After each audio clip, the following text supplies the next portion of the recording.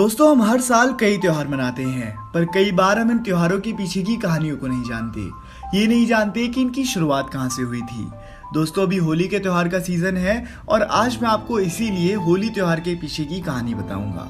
इस त्योहार को ये नाम मिला होलिका से।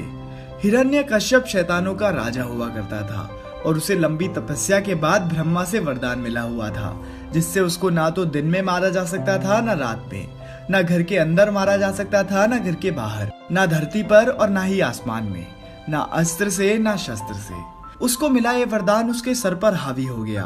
इसके बाद वो धरती और दूसरे युगों पर अटैक्स करने लगा। वो जहाँ जाता था सबसे कहता कि वो भगवानों की पूजा करना छोड़ दें और उसी को मानना शुरू कर दें। ऐसा बहुत समय तक चलता रहा। फिर उसको एक बेटा हुआ जिसका नाम रखा गया प्रहलाद। प्रहलाद शुरुआत से ही विष्णु को मानते थे और उन्हीं की पूजा भी करते थे। जब बाहर के लोग हिरण्यकश्यप की पूजा करते और उसका खुद का बेटा ही उसकी पूजा ना करता, तो इस बात से वो बहुत क्रोधित हो गया। उसने अपने बेटे को इसी के लिए धमकाना शुरू कर दिया, पर वो नहीं माना। उसने अपने ही बेटे को मारने के लिए भी कई नीतियां अपनाई, पर कोई काम न करी। यहाँ तक कि जब उसने अपने बेटे को जहरीले सांपों के साथ छोड़ दिया, तब भी उसको कुछ नहीं हुआ। इतनी मुश्किलों और रोका टोकी के बावजूद भी प्रहलाद भगवान विष्णु की पूजा करता रहा।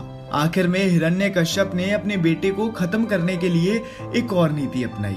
उसने अपनी राक्षसी बहन होलिका को कहा कि वो प्रहलाद को लेकर आग में बैठ जाए। होलिका ने एक चादर ओढ़ ली ताकि वो आग से बच जाए और प्रहलाद जल जाए, पर प्रहलाद के साथ विष्णु का साथ था। कुदरत की करनी तो देखो, वो चादर उड़कर होलिका से प्रहलाद पर आ गई और इसी वजह से होलिका जलकर भस्म हो गई और प्रहलाद बच गया। और इसी के बाद विष्णु ने आकर दिन और रात के बीच शाम के समय में हिरण्यकश्यप का भी अंत कर दिया।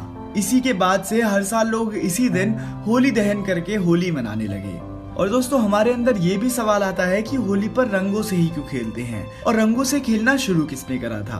तो ऐसा तब शुरू हुआ था जब श्री कृष्ण ने अपने दोस्तों के साथ वृंदावन में रंगों के साथ होली खेलनी शुरू करी थी। पुराने समय में रंगों को फूलों से बनाया जाता था और वो स्किन के लिए भी बहुत अच्छे होते थे, पर कुछ दशकों से इन रंगों को केमिकल से बनाया जाने लगा है, जिसके अनेक नुकसान होते हैं।